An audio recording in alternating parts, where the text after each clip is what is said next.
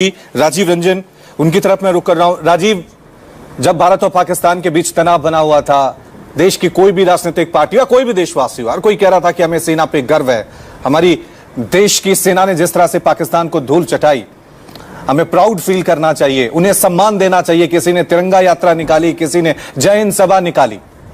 लेकिन जब सेना की एक बेटी का इस तरह से अपमान किया गया, राजीव, मैं आपसे जानना चाहता हूं कि इस देश की राजनीतिक पार्टियों की, सरकारों की ऐसी क्या मजबूरी हो जाती है कि उनके खिलाफ कोई कार्रवाई नहीं होती, कोई इस्तीफा नहीं मांगा जाता, कोई कड़े बयान सुनने को नहीं मिलते?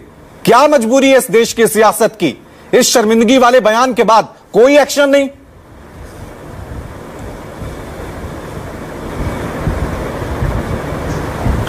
देखिए रवि, इसमें दो तीन बातें हैं। पहली बात यह कि कर्नल सोफिया कुरैशी देश की शान आन बान की प्रतीक है, और जिस तरीके से उनके सामने आने के बाद हमने दुनिया को जो मैसेज दिया, उनके परिवार के लोग या उनकी जो बातें सारी जो उनकी स्टोरीज, और अपने आप में वो पहली महिला आर्मी ऑफिसर हैं जिन्होंने कई जगह अपना रिप्रेजेंटेशन दिया।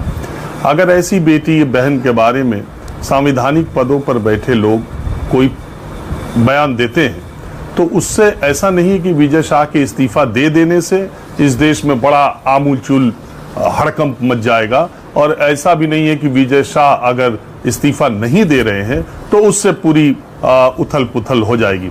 मूल बात होती है नैतिकता की, और मूल बात होती है समय की नजाकत की, और मूल बात होती है इकबाल की।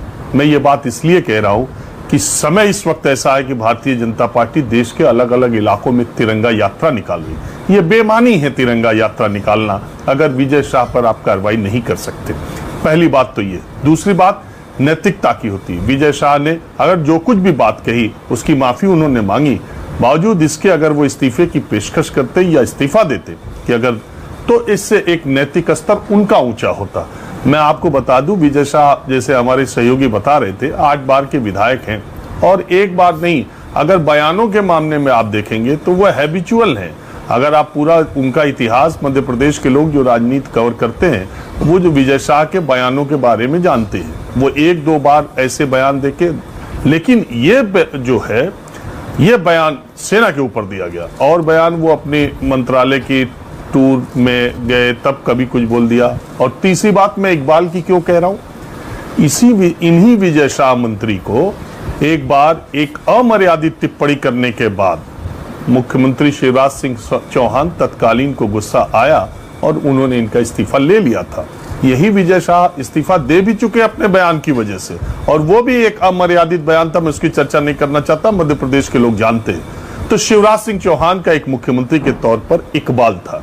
मुझे लगता है कि शिवराज सिंह चौहान अभी भी मध्य प्रदेश के मुख्यमंत्री होते तो शायद वो इस्तीफा ले लिया होता उन्होंने, या दबाव बनाया होता। लेकिन मोहन सिंह यादव की अपनी एक मुख्यमंत्री जिसके कैबिनेट मिनिस्टर या उनके मंत्री ऐसा बयान दें और ये कहें कि ये मामला अदालत में है, तो आप समझिए कि उसको किस तरह घुमाया जाए। ये मामला अदालत में कोई किसी ने FIR लिखाई थी क्या, या कर्नल सोफिया कुरैशी के परिवार के लोग गए थे, या सेना के लोग गए थे और ये FIR लिखाई थी? नहीं, इस बयान का स्वतः संज्ञान लेके हाई कोर्ट ने FIR दर्ज करने के लिए कहा था, और जब FIR को अदालत ने अपने यहां बुलाया, देखा, तो ये कहा ये छल है, ये धोखा है FIR, इस FIR को बदला जाना चाहिए।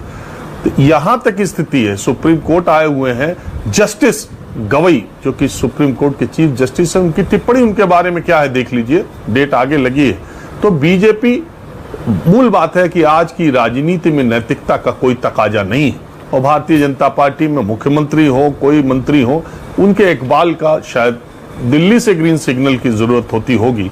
तीसरी बात, भारतीय जनता पार्टी इस दशा और दिशा में भी अब सोचने लगती है कि अगर उसने एक व्यक्ति ने इस्तीफा किन्हीं वजहों से, बयानों की वजह से दिया, या किन्हीं वजह से भी इस्तीफा लिया गया नैतिकता के आधार पर, तो ये श्रृंखला बढ़ती चली जाएगी, और कभी किसी पर कभी किसी पर विपक्ष को एक चस्का लग जाएगा कि विपक्ष इस्तीफे मांग रहा है।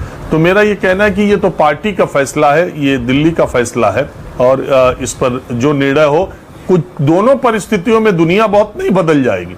विजय शाह मंत्री बने रहते हैं तो भी, इस्तीफा दे देते हैं तो भी, लेकिन एक वक्त का तकाजा है जब इस देश में इस वक्त सेना के शौर्य पराक्रम की बात सत्ता पक्ष विपक्ष दोनों कर रहा है, तो ऐसे समय में ये इस तरह के बयान हमारी आने वाली पीढ़ियों के लिए, हमारे देशवासियों के लिए वो शोभा नहीं देता नेता का।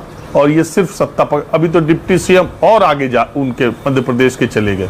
दरअसल प्रधानमंत्री नरेंद्र मोदी की तारीफ में कसीदे पढ़ने में बीजेपी वाले सीमा का शायद अतिक्रमण कर जा रहे हैं, जो उनके शीर्ष नेतृत्व को भी अच्छा नहीं लग रहा हो। दूसरी तरफ सत्ता पक्ष की ही केवल बात नहीं है, विपक्ष में बैठे, मैंने कल भी ये बात कही थी कि राम गोपाल यादव ने भी जो बयान दिया, केवल एक ही तरफ नहीं, एक तरफ अगर धर्म संबंधी बयान दिया गया तो दूसरी तरफ जाति संबंधी बयान दिया गया। और अंततोगत्वा इसका निष्कर्ष यही आता है कि इस राजनीति के जो पहलू हैं सिक्के के, दो धर्म और जाति के, वो अपनी अपनी पार्टियों ने, अपने अपने कार्ड खेलने वालों ने वो इस मौके पर भी दिखा दिया है।